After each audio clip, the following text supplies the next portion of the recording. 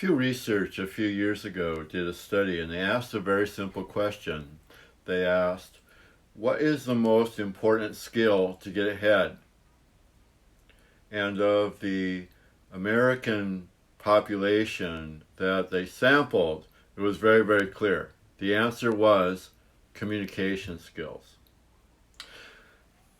I also remember an important study a while back from human engineering labs, and they also did an interesting study, and they asked, okay, managers, what's the most important thing you do?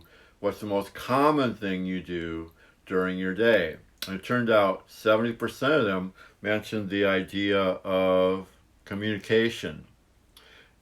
That actually went higher when you were talking about executives. It was well into the mid 90s. So it goes something like this. The most important skill is communication. The thing you're going to do at work is communication. And yet, paradoxically, very few people actually work on their communication skills. So, in my view, this is a great opportunity. And let me just kind of convey the perceptions out there when it comes to hiring. First of all, there's a perception in hiring managers that the young people today graduating from college do not have very good written or verbal communication skills. I remember a high-tech person who told me, we hire from all the best universities throughout the entire world. Talent is not the issue. Technical skills is not the issue. The issue, we can't get them to talk to each other. And I think this is one of the very interesting paradoxes of our life. The most common thing we do, we are very, very good at. Let me give you a real quick example. I was teaching a class at another university, which was MBA, and they had the students in the team had to present to the client the results of their analysis, which took about an entire semester. Guess what? Their communication skills were pretty much really, really bad. And I thought about it and I thought, well, maybe it's not their fault. Maybe they should have had a course in business communication, which of course was something their MBA program ignored completely. So what I'd like to do is tell you two stories from my personal life, and I think this will be something that all of you can relate to as well. When I graduated, we were in the middle of a recession. I remember sending out hundreds of resumes, not getting any kind of response actually.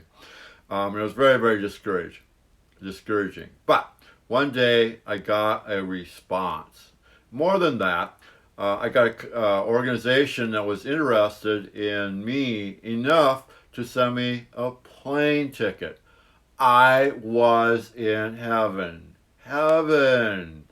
So I set up a time, got the ticket, and then boom, off to do the interview. At the end of the interview, I was in hell. The reason I had gone from this state of wonderful expectation to the valley of despair was very, very simple. I botched the interview. I did a really, really bad interview. And I will tell you, there's nothing worse than going through a lot of trouble, finally getting an employer who's interested enough to sit down with you, and then blowing that communication experience. It was a great learning lesson, which is one of the reasons we focus on job search, and especially we focus on interviewing in this class. Okay. Another lesson I'd like to share with you was after I graduated, eventually I was able to get a job, and it was actually a really, really, really good paying job. It was one of the best jobs I ever had in my entire life. So off I go to the East Coast in Boston, And after a couple of weeks, my boss came to me and said, "Okay, congratulations." And I went, over what? And he said, "Well, we're going to send you off to school." And I kind of thought, okay, that's great. What kind of school are you going to send me to? And they said, "We're going to send you to how to write school." And I thought, my gosh, I've been in universities for 2 degrees. I thought I know how to write. And he said, "Well, the reason we send you to how to write school," and again, that's what I call it, my boss calls it, how to write good. He was kind of cool that way. How to write good is university professors teach you how to write boring. They teach you to write in a style which is guaranteed to snore the audience. And he said, "The last thing I want you to do is write something that goes up to the upper levels and they won't read it because it doesn't capture their attention. So this class will teach you how to write."